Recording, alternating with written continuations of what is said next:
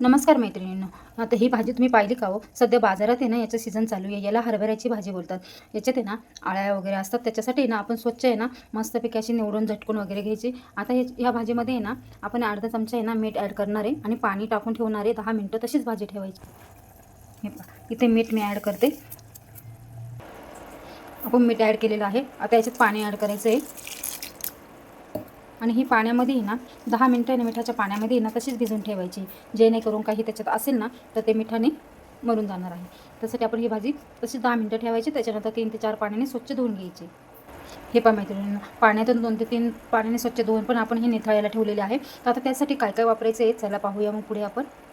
हे पहा मैत्रिणींनो, इथे ना लसूण छानपैकी आपण सोलून ना थोडासा असा चेचून घेतलेला आहे आणि इथे ना हिरवी मिरची असते ना त्या 5-6 आहे ना छानपैकी मिक्सरच्या भांड्यातून आपण ना फिरवून घेतलेला आहे आणि इथे दाण्याचा कूट घेतलेला आहे थोडासा. भाजी चवीला एवढी भन्नाट लागते ना, थोडीशी आंबट तिखट एकदम छानपैकी ही भाजी लागते चवीला. चला तर मग आता बनवूया आपण. हे पहा, इथे तेल छानपैकी आपलं गरम झालेलं आहे. आता त्याच्यात आपण ना हा लसूण ॲड करायचा आहे आणि छानपैकी लसणाचा कलर आहे ना सोनेरी येईपर्यंत आहे ना परतून पण घ्यायचा आहे. अशा छोट्या छोट्या रेसिपी पाहण्यासाठी ना माझ्या चॅनलला नक्की फॉलो करा मैत्रिणींनो. आणि हो, ज्या ताईदादांनी ह्या चॅनलला फॉलो केलेलं आहे ना त्यांचे अगदी मनापासून धन्यवाद. हो, मध्ये काही प्रॉब्लेम झाल्यामुळं मध्ये मी रेसिपी टाकू शकले नाही, त्याच्याबद्दल आहे ना क्षमस्व. हे पहा, छानपैकी कलर आलेला आहे. आता आपण जे हे हिरवी मिरचीची पूड करून ठेवलेलं आहे ना ते ॲड करणार आहोत. ते पण छान आहे ना थोडीशी परतून घ्यायची आहे.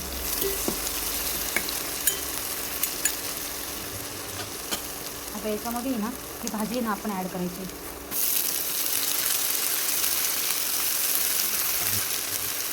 भाजी पण छान परतून घ्यायची आहे. हे पहा, भाजी छान परतून घेतलेली आहे. आणि हो, ज्याच्यामुळं जेवण रुचकर होतं ना ते तर राहिलं नाव टाकायचं, जे म्हणजे जेवणाचा राजा. हे पहा, हे मीठ चवीनुसार मीठ ॲड करायचं. ज्याच्याशिवाय ना चवही देणार नाही अन्न. असेल तर जास्त झालं तरी पण प्रॉब्लेम आणि कमी झालं तरी पण प्रॉब्लेम. असा हा जेवणातला राजा. छानपैकी भाजी परतून घ्यायची. भाजी छान परतून घेतलेलं आहे. आता याच्यावर आहे ना एकदम कमी गॅस करून आहे ना ठेवायचं आणि एक 5 मिनिटं आहे ना आपण छानपैकी याच्यावर झाकण ठेवून द्यायचं आहे. हे पण मैत्रिणींनो, भाजी छानपैकी आता इथे शिजलेली आहे. आता याच्यात आहे ना आपण दाण्यांचा कूट जो आहे ना तो ॲड करायचा आहे आणि परत भाजी छानपैकी 1-2 मिनिटं परतून घ्यायची.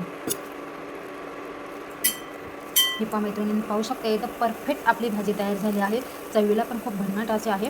तर ह्या पद्धतीने तुम्ही नक्की बनवा. आवडल्यास लाईक शेअर कमेंट करायला अजिबात विसरू नका. Bye bye.